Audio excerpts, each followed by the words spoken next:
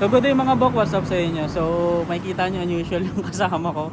Kasi dito kami sa hindi namin inaasahang mangyayari dito. Kasi so re-rescue namin yung kapatid namin bunso na si Dalia na nasa Dipakulaw ngayon, Dipakulaw, Aurora. So aksidente yung nangyari, sumemplang siya. So wala namang may gusto mangyari na mahalaga okay siya.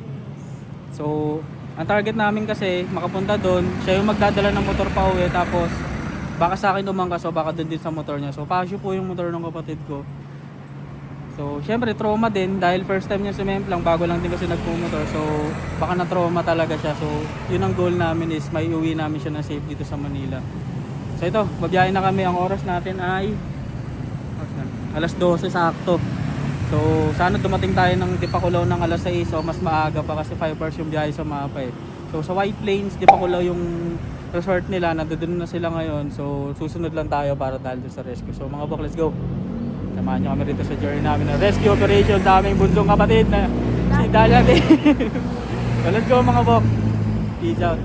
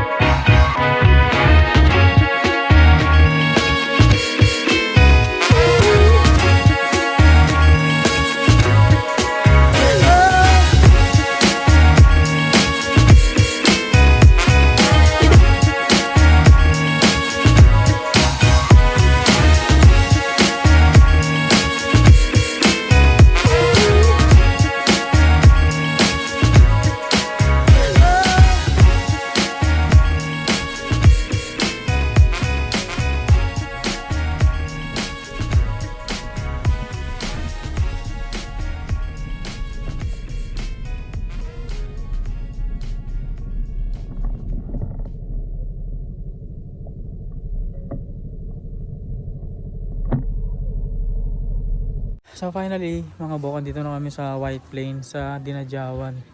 So ayan, dito nakapark na kami at yung i-rescue namin ng motor, ito na. Ito yung motor ng kapatid namin. So kung makikita mo, ayan. Gas. So ito pa, gas din. Side mirror, wala naman tama. Pero ang pinakamasakit na tama ito. Kasi nabasag yung ano niya. Ayan. Kasi ito sa Tapalodo. Pero motor lang yan eh, kaha lang yan eh, napapalitan yan. So mahalaga pa rin safe siya, saka mga sugat-sugat lang din yung nakuha niya.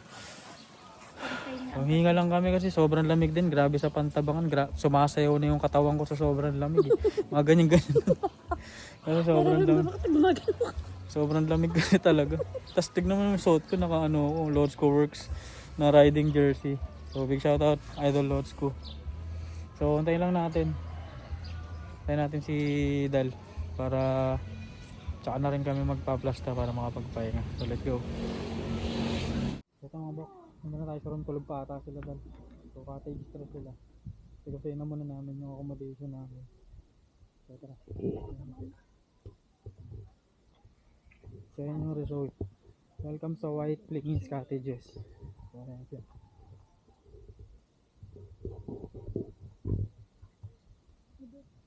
Magbabayad ba muna?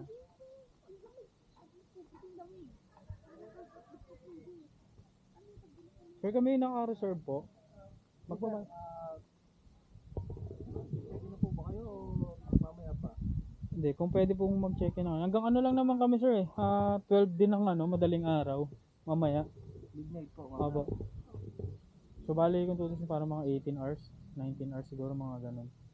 Sige sir, sa opisina na lang tayo. Saan po sir? Ayan. Sa office mo na. Lagi mo lang tayo. Cash no. So yung room ata nasa 2.5. Ay, good morning po. Mag-lagi na lang tayo, ma'am, sir. Sige po. Thank you po. Papa. Thank you po. Sir, thank you, ma'am. Tara. Ano, makabayad na tayo. 2.5 ang accommodation namin. Which is pag sa website nila 2.9 yun eh. So nakuha lang natin siya ng 2.5 kasi 18 hours lang naman tayo. Grabe yung lamig. Putik na. Ay, dito na pala. Dito na pala.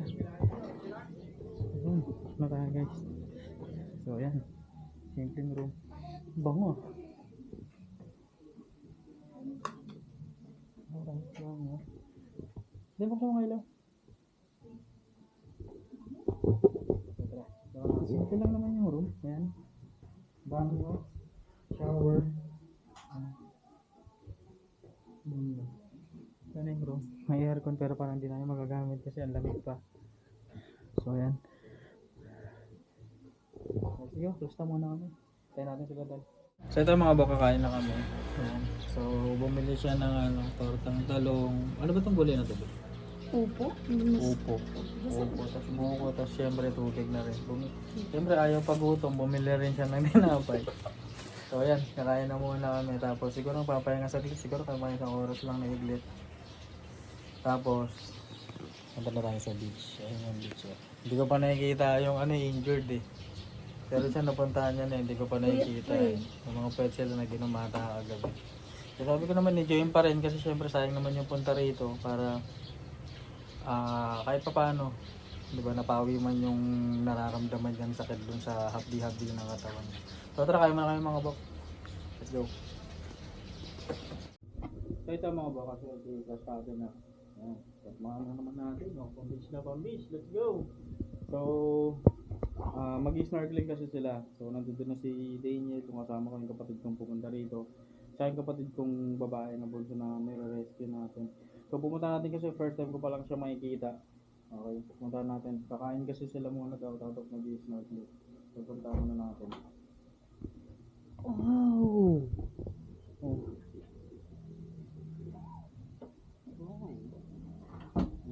Ang view. Oh.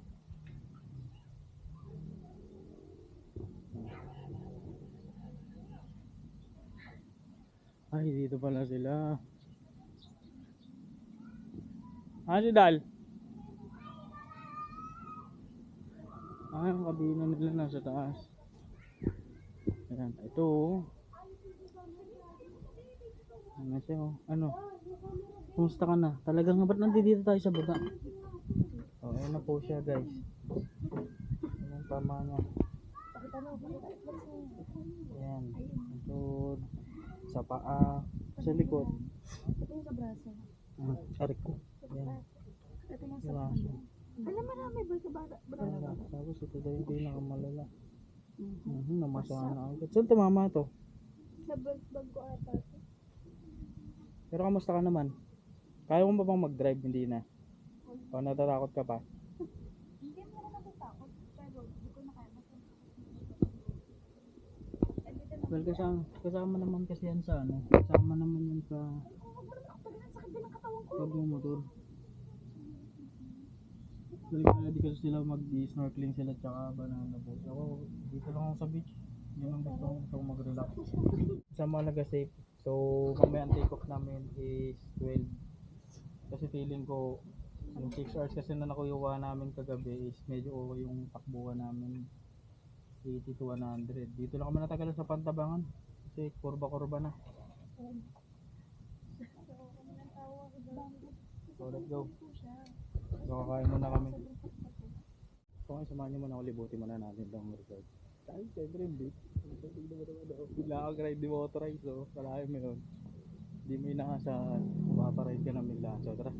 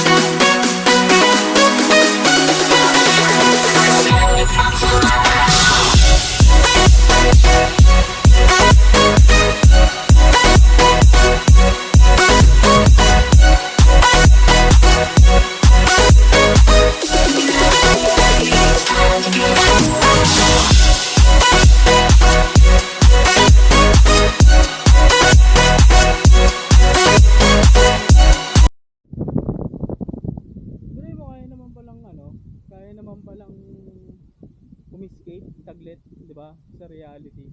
Ito.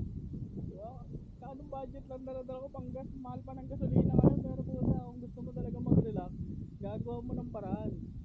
Alright? Yeah. Bigla kang video motorize. Go! Woohoo!